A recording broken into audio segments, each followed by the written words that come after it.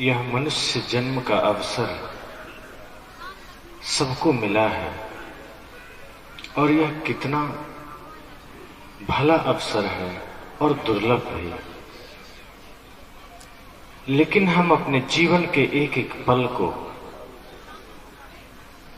संसार के ही कृत्यों में बिताते चले जाते हैं। हमारे जीवन के पल जो कि साधना में, जो ज्ञान में, जो ध्यान में बीतने चाहिए, उन पलों को हम संसार के ही कार्यों में बिताते चले जाते हैं। उस संसार को समेटने में हमारा वक्त जा रहा है, जो संसार शरीर के लिए है, और सच्चाई यह है कि यह शरीर हमारा नहीं। व्यवहार काल में आप जब जिए तो जरूर ये सोचें कि यह घर मेरा है। व्यवहार काल में जब आप जिए तो आप जरूर सोचें कि यह जमीन मेरी है, दुकान मेरी है, रिश्ते नाते मेरे हैं। लेकिन आंखें बंद करके जब अपनी ओर निहारिए तो एक ही सच्चाई का ख्याल आए कि यह शरीर भी मेरा नहीं। जिस दिन भीतर और बाहर इस तरह के संकल्प आपके भीतर सहज प्रकट हो जाएंगे, यह संसार बड़ा सरल हो जाएगा। अभी यह संसार बड़ा कठिन मालूम पड़ता है। हम बाहर के गरीबी से गरीबी महसूस करने लगते हैं, बाहर के धन से धनी महसूस करने लगते हैं। बाहर की परिस्थितियां हमें प्रभावित करती चली जाती है। सामने से कोई व्यक्ति हमें चाहे तो गुस्सा दिला दे, सामने से कोई व्यक्ति चाहे तो हमें मुस्कुराने की वजह दे दे। हम अपने जीवन का नियंत्रण दूसरे के हाथों में रख चुके हैं। कोई चाहता है तो हम क्रोधित हो जाते हैं, सामने वाला व्यक्ति चाह ले तो हम गाली देने लगते हैं, सामने वाला व्यक्ति माला पहना दे तो हम खुश हो जाते हैं, सामने वाला व्यक्ति हमारी प्रशंसा कर दे तो हम बड़े ही प्रसन्न हो जाते हैं। सबके घरों में टीवी होगी, आप जानते हैं। आपके घर में टीवी होगी और टीवी के साथ एक छोटा सा यंत्र होता है, रिमोट। हर आदमी जानता है, जब भी आपको कोई चैनल देखना होता है आप रिमोट में बटन दबाते हैं, चैनल बदल जाता है। घर में छोटे छोटे बच्चे होते हैं, वे बच्चे रिमोट लेकर जब बैठते हैं तो कार्टून नेटवर्क देखते हैं। वो बच्चे के पिता आ गए तो फिल्म या क्रिकेट के चैनल देखते हैं, और कहीं किसी घर में वृद्ध जन बैठ गए, बूढ़े बैठ गए, तो वो आस्था या संस्कार लगा देते हैं कि भजन सुने या प्रवचन सुने। लेकिन उस क्रम में जब बच्चा कार्टून नेटवर्क देख रहा था और उसके पिता ने फिल्म के चैनल लगा दिए, तो टीवी ने एक बार भी नहीं कहा कि तुमने मुझे बदल क्यों दिया, मैं तो कार्टून में ही ठीक था। या कार्टून नेटवर्क से फिल्म के चैनल और फिल्म से आस्था चैनल पर जाने के बाद टीवी ने एक बार भी मना नहीं किया कि तुमने मुझे बदला क्यों। आप 24 घंटे चैनल बदलते रहिए, टीवी कुछ नहीं बोलती। आपके हाथ में रिमोट है, जब चाहें चैनल बदल दें, बस वो अपना चलती रहेगी। बहुत ज्यादा छेड़छाड़ करेंगे, टीवी खराब हो जाएगी, लेकिन कभी ये नहीं कहेगी कि मुझे बदल क्यों रहे। ऐसे ही हम अपने जीवन का रिमोट दूसरों के हाथ में दे रखें। सामने वाला व्यक्ति जब चाहता है हमारा चैनल बदल देता है। हम हंसते मुस्कुराते होते हैं, सामने वाला व्यक्ति बटन दबाता है, हम क्रोध में आ जाते हैं। हम हंसते मुस्कुराते होते हैं, सामने वाला व्यक्ति बटन दबाता है, हम अहंकार में आ जाते हैं। और हम लड़ाई झगड़े की अवस्था में हैं, उसी समय कोई प्रशंसा कर दिया, हम फूल करके ऊंचे हो जाते हैं। हमारे जीवन का नियंत्रण, हमारे जीवन का आधार, हमारे जीवन का रिमोट किसी और के हाथ में हमने दे रखा है, और इसलिए हम दुखी हैं। संसार की अवस्थाओं के अनुसार हम अपने आप को बदलते चले जाते हैं, जबकि संत कहते हैं कि संसार परिवर्तनशील है, और उस परिवर्तनशील जगत में एक ही रास्ता है बचने का, कि आप जगत का दृष्टा बन जाइए। आप जगत का दृष्टा बनोगे तो जगत प्रवाहमान दिखेगा, लेकिन आप जगत के साथ बहेंगे नहीं। घटनाएं आएंगी चली जाएंगी, विपत्तियां आएंगी चली जाएंगी, आपको प्रभावित नहीं करेगी। जैसे कोई आदमी रास्ते में जा रहा है, बाइक चला रहा है, मोटरसाइकिल, और 40 की स्पीड में वो व्यक्ति चल रहा है और जाते जाते अचानक रास्ते में ब्रेकर आ गया, ठोकर। वो व्यक्ति क्या करता है? सबसे पहले ब्रेक लगाता है, एक्सीलेटर कम करता है, फिर गियर कम करता है और फिर बड़े ही आराम से प्यार से ब्रेकर पार करके फिर निकल जाता है। कोई ऐसा नहीं करता कि सामने ब्रेकर आ गया है तो गाड़ी ही मोड़ लें, इधर अब कौन जाए, स्पीड कौन घटाए, कौन गियर कम करे। ऐसा कोई नहीं करता।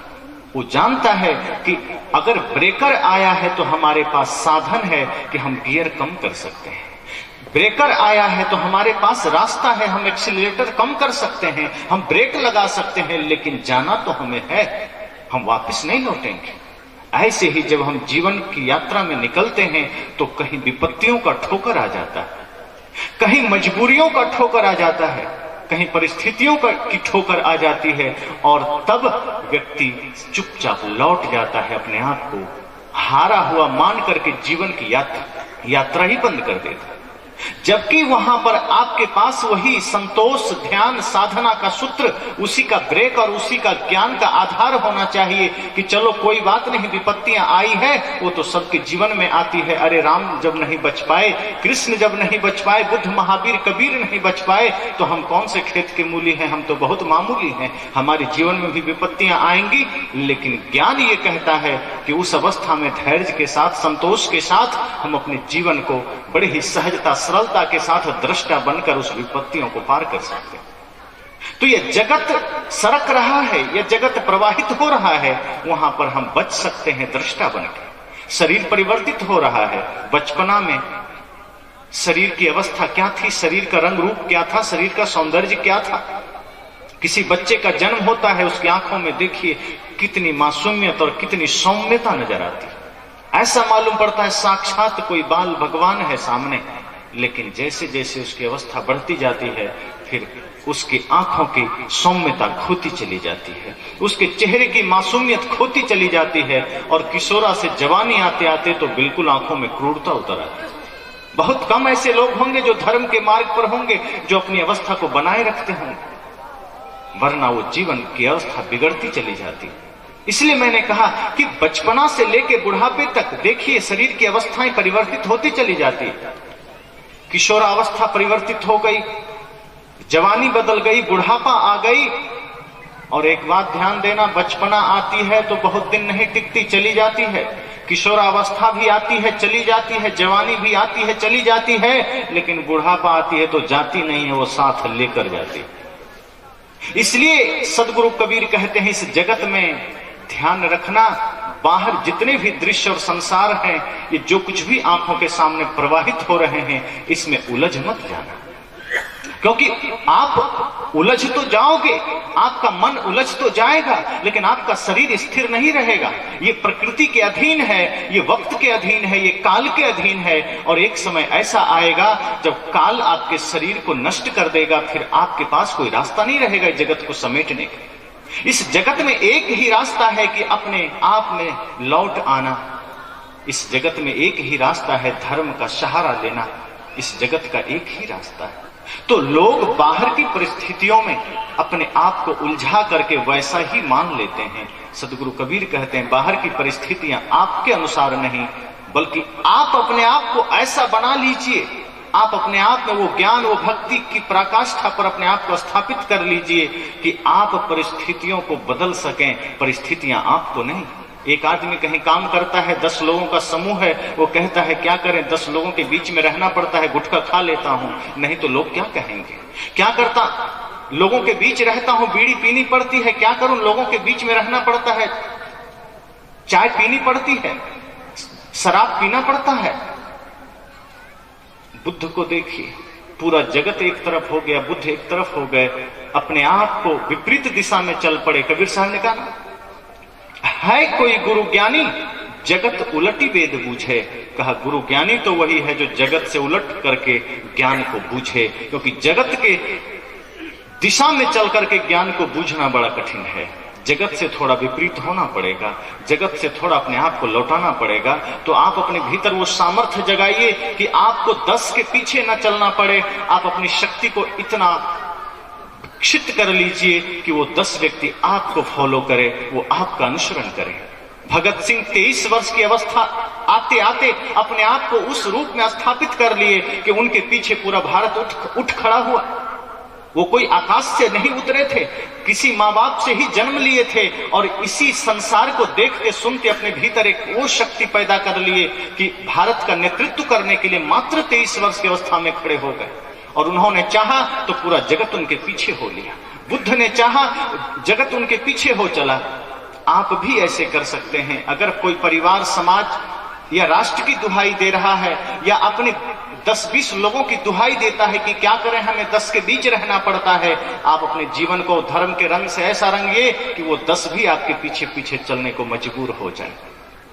इसलिए मैंने कहा यह जगत चलता रहेगा, यह संसार की जो एक एक क्रियाकलाप हैं वो अपने अपने स्तर से चलते रहेंगे, लेकिन यह शरीर निरंतर परिवर्तित होते होते एक समय चिता पर लेट जाएगा। और तब आपके हाथ क्या आएगा?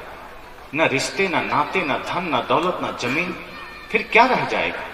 तब ख्याल आएगा कि हमें तो भजन करना था, हमें तो सत्संग करना था, हमें तो वो दौलत अर्जित करना था जो दौलत हमने कमाया नहीं।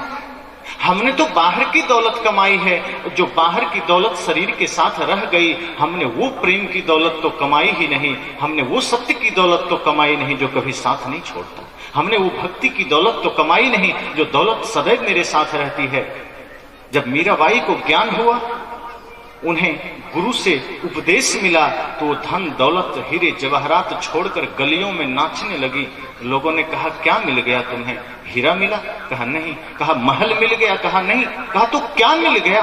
ऐसी कौन सी दौलत मिल गई जो इतने नाच रहे हो? कहा बाहर की दौलत को तो छोड़ दी हूं और उसे पाने के बाद कैसा उमंग। अरे मुझे तो वो दौलत मिल गई जो दौलत कभी छूटती नहीं। पायो जी मैंने राम रतन धन पायो, वस्तु अमूलक दी मेरे सतगुरु कृपा करी अपनायो। उन्होंने कहा मुझे तो सदगुरु ने राम का धन दे दिया है, प्रेम का धन दे दिया है, सत्य का धन दे दिया है। और जिसके जीवन में भक्ति का धन, प्रेम का धन, सत्य का धन आ जाए, वो व्यक्ति फिर कभी दरिद्र नहीं रहता। किसी ने पूछा गरीब कौन है? गरीब वो नहीं है जिसके पास सोने चांदी नहीं है, गाड़ी नहीं है, बंगले नहीं है। एक लाइन में ये समझ लें कि गरीब वो है जिसके पास बड़ा दिल नहीं है। जिसके पास बड़ा दिल है वो आदमी कभी गरीब नहीं हो सकता। धनी वो नहीं है जिसके पास सोने चांदी हीरे जवाहरात बैंक अकाउंट भरे पड़े हैं। धनी वो है जो प्रेम देना जानता है, जो दूसरों के साथ मीठा वचन देना जानता है, उसे धनी कहते हैं। जिसके जीवन में निश्चिंतता आ गई। इसलिए इस जगत में रहकर सदगुरु संतों के ज्ञान को अपने जीवन में धारण करें और यही ज्ञान हमें इस जगत के प्रपंच से बचाने में सहायक होगा। यही संकल्प के साथ मैं अपनी वाणी को